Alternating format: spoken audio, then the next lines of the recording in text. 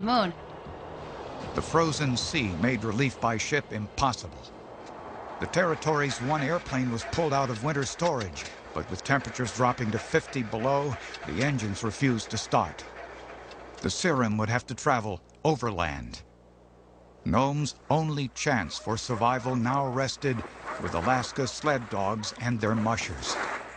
The mail trail to Nome stretched 680 miles across the interior. Using a relay of 6 teams, it took a full month to get there.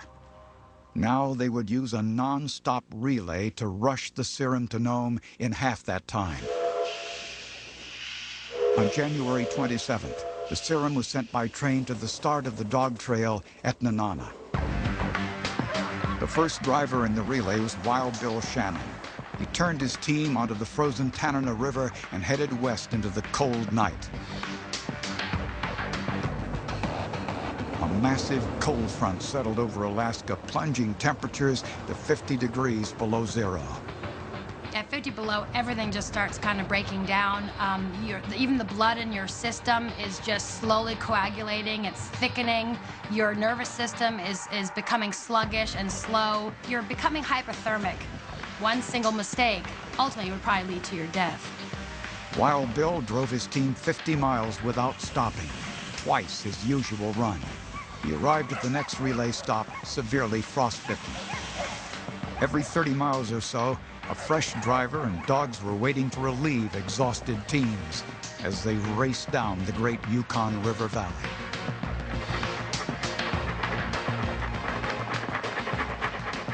In Nome, 27 people were ill, 5 were dead.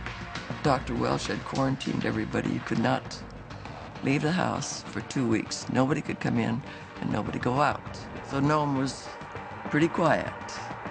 In just 4 days, 17 dog teams, 3 times the usual number, drove 500 miles. Covering 125 miles a day, they were running 5 times faster than normal.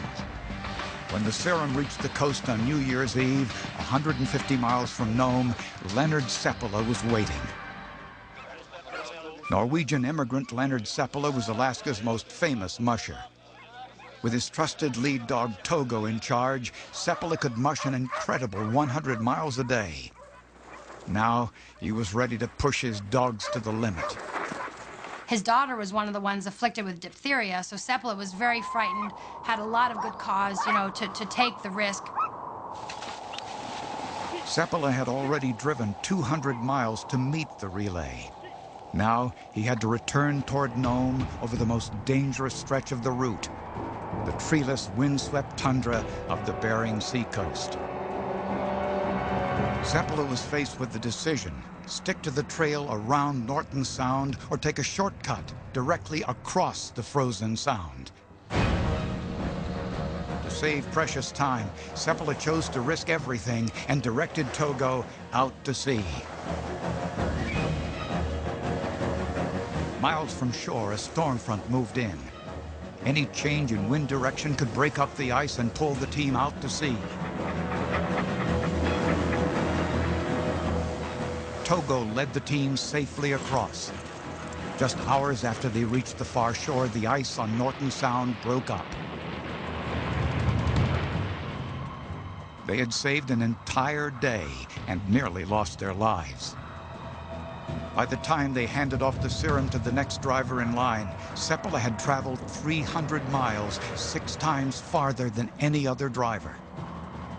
Only 80 miles remained to Nome, but now a major blizzard was sweeping the coast. Musher Gunnar Casson drove the final leg. At the head of the pack, Casson placed Balto, a dog that had never led before. But Casson had a sense that Balto was ready for the challenge.